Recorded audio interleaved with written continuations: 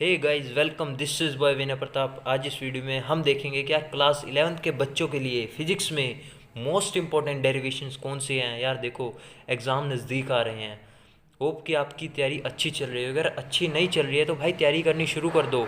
It's never too late. यार देखो, हमारे यहाँ पे फिजिक्स का एग्ज़ाम 70 मार्क्स का होता है, जिसमें से 12 to 15% न्यूमेरिकल्स होते हैं और 70 to 82% थ्योरी होती है।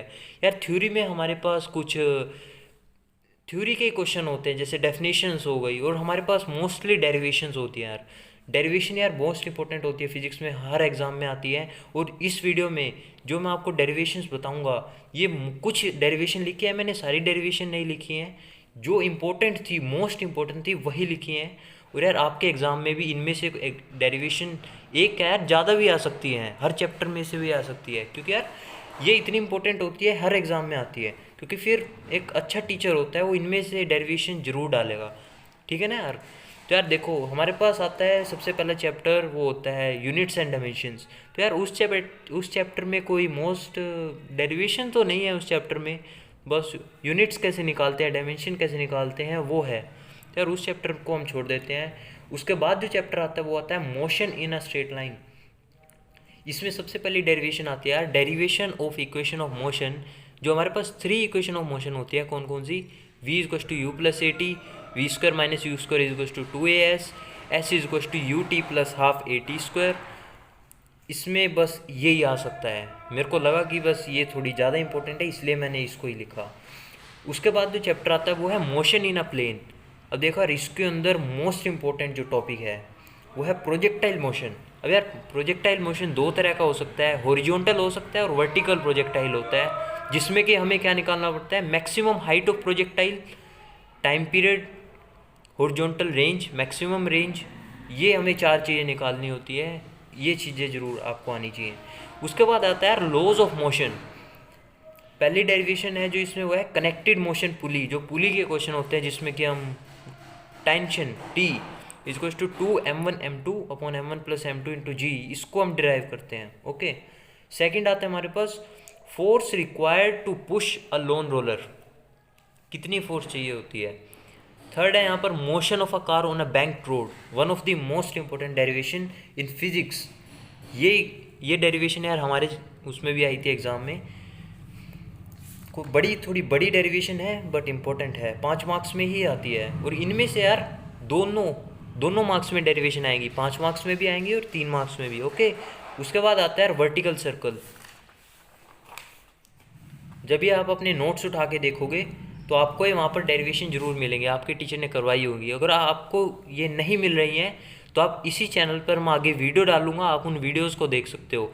मैं एक एक डेरिवेशन को बहुत अच्छे से करवाऊंगा। ओके। फिर यार नेक्स्ट चैप्टर आता है हमारे पास work, power and energy. First work energy theorem, elastic collision in one dimension, velocity v1 and v2, ये ऑब्जेक्ट की वेलोसिटी आफ्टर कोलिजन, और इसके कुछ स्पेशल केसेस होते हैं, तो वो आपको जरूर आने चाहिए। उसके बाद जो हमारे पास चैप्टर आता है वो है system of particles, centre of mass of two body system कैसे निकालते हैं, prove that centre of mass of a thin rod lies at it centre, और मोशन ऑफ इनर्शिया किस थिन रोड का निकालना, रिंग का, डिस्क का, सॉलिड स्फीयर का। ये आपको ये 4 अलग अलग डेरिवेशन है। ओके। उसके बाद जो नेक्स्ट चैप्टर आता है ग्रेविटेशन। ग्रेविटेशन में यार प्रूव लॉ ऑफ पीरियड्स। जो थर्ड लॉ ऑफ ग्रेविटेशन होता है, T square is directly proportional to r⁻3, इसको हमें प्रूव करना है। सेकंड है expression for variation of acceleration due to gravity at height h and depth h from the surface of the earth. Again ये 2 derivation है अलग अलग। हमें अर्थ के h हाइट पर कितनी ग्रेविटेशन होती है वो निकालना, और अर्थ के डेप्थ h में जाकर कितनी ग्रेविटेशन होती है वहाँ पे वो निकालना। तो ये 2 अलग अलग डेरिवेशन है, मैंने इनको एक साथ लिख दिया है एंड लगाकर। ओके। थर्ड आती है हमारे पास potential at the surface of earth. Earth के सरफेस पे कितनी होती है, escape velocity and orbital velocity, इनके जो एक्सप्रेशंस होते हैं उनको कैसे ड्राइव करते हैं। उसके बाद यार हमारे पास जो चैप्टर आता है वो है मैकेनिकल प्रॉपर्टीज ऑफ सॉलिड्स। इसमें work done in stretching a wire, maximum height of mountain is 10 kilometre. जो यार हमारे अर्थ पे जो मैक्सिमम हाइट है ना किसी भी माउंटेन की, वो 10 किलोमीटर से ज़्यादा नहीं हो सकती। ये कैसे आई, इसको हमारे पास प्रूफ है। उसके बाद हमारे पास नेक्स्ट चैप्टर आता है mechanical properties of fluids, viscosity की derivation, terminal velocity, Bernoulli's theorem. यार ये मैं कह सकता हूँ हमारे सिलेबस की सेकंड मोस्ट इंपॉर्टेंट डेरिवेशन है। शायद ही ऐसा होगा ये किसी एग्ज़ाम में ना आई हो। एक तो ये बर्नौलीज थ्योरम और एक वो बैंक रोड वाली जो मैंने पीछे बताई थी। Velocity of liquid through a fluids, excess pressure inside and outside a drop. ये दो अलग अलग डेरिवेशन है, एक बार हमें ड्रॉप के इनसाइड निकालना होता है और एक बार हमें ड्रॉप के आउटसाइड। कैपिलैरिटी राइज, अगर हम नेक्स्ट चैप्टर पर देखिए जो कि है थर्मल प्रॉपर्टीज ऑफ मैटर, उसमें आप Newton's law of cooling, coefficient of thermal conductivity कैसे निकालते हैं, Newton's law of cooling from Stefan's law. अगर हम नेक्स्ट चैप्टर पर जाएं जो कि हमारे पास थर्मोडायनामिक्स, उसमें हमें derive Mayer's law Cp minus C V is equals to R और work done in adiabatic process. और यार ये रही हमारे पास थर्ड मोस्ट इंपॉर्टेंट डेरिवेशन जो कि है कैनोट इंजन। ये बहुत बड़ी डेरिवेशन है, आएगी तो 5 मार्क्स में ही आएगी वरना आएगी नहीं।